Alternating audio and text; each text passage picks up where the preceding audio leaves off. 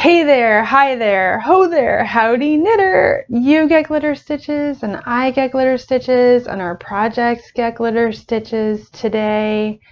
I'm the Knitting Fairy Godmother and I'm answering your question about finishing. Before we get into the 4 F's of finishing, I would like to invite you to come to join my knit letter. When you join my knit letter, you get 1 weekly letter about knitting because that's all I talk about. And also the inside scoop, the inside things happening, and spoiler alert, there's some inside scoop coming. So you should sign up for the knit letter. Today we're talking about finishing. Who finishes? Well, knitters finish, and some knitters have decided that they don't need to finish, and that's cool too. I am a finishing knitter. I do finish. What is finishing? So finishing is a capital F proper noun of a process. It's the end of a project, and there's 4 parts to the finishing process. Where do you finish? Well, I have started finishing the finishing process on planes, trains, automobiles, everywhere, because my knitting goes with me everywhere. There are other parts of the finishing process that you need a place for with some tools, and it's good to have that available when you're finishing. When should you finish? There are 2 schools of thought about when. Some knitters knit a project, finish a project, and they're done.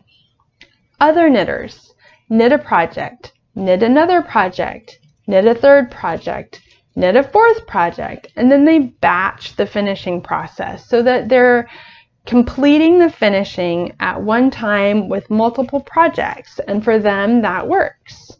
It's up to you. You get to decide. When should you finish? We talked about when. How do you finish? Okay, so this is the nitty-gritty, the 4 F's of finishing. And there's not really 4 F's. I don't know why I said that. I like alliteration. But we're going to think about finishing like a puzzle, because each piece represents a part of the finishing process, and no matter which way or which procedure you follow, each finishing has the same 4 parts. So we'll start with the yellow. The yellow represents seaming and weaving in your ends. You know that every project that you knit has at least a beginning end and an ending end, and we need to take care of those ends to be completely done, right? So if you already weave in your ends, you participate in the finishing process. Another part of the finishing process is blue for water, and water can be cold for soaking, or it can be hot in the form of steam. But usually most finishing processes involve some form of water and moisture. Another part of the finishing process is pinning into place, and this is where it's good to have a place to pin something, because you want one place that you can set your knitting out, leave it for an extended amount of time, and then you can unpin it. But the pinning into place is important because we have water. The pins that you use need to be stainless steel and rust proof.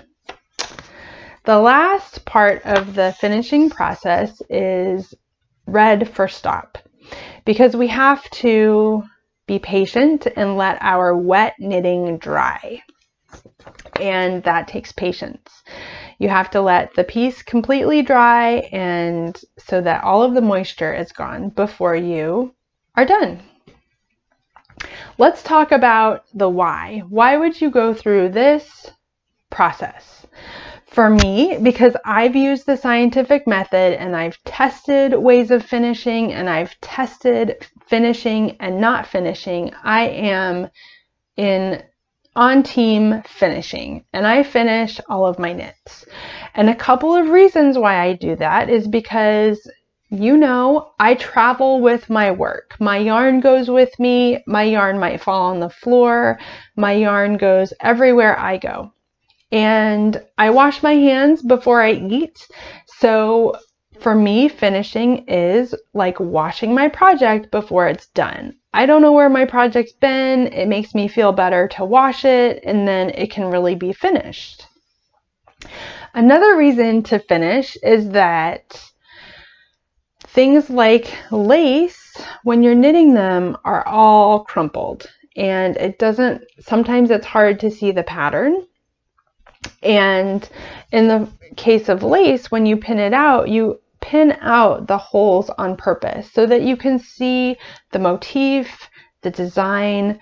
We call it a bloom because the yarn relaxes when we go through the finishing process, and you can see the pattern of what you're making. There's another reason why a lot of people finish, and it's kind of a joke. So the joke has a phrase, and we say that poop emoji will block out. And what we're saying is that there might be a mistake or some uneven stitches, and by going through the blocking process, the blocking cures many mistakes. And so now that that's on your radar, you might see a button, you might see a meme. It's very common in the knitting world that we use blocking as a way to fix imperfection in our work. And we'll talk about the particulars of that. If you have any questions about finishing, leave a comment below. Next week, we're going to work on the ends, weaving in the ends of our project and starting the finishing process. So we will see you next week.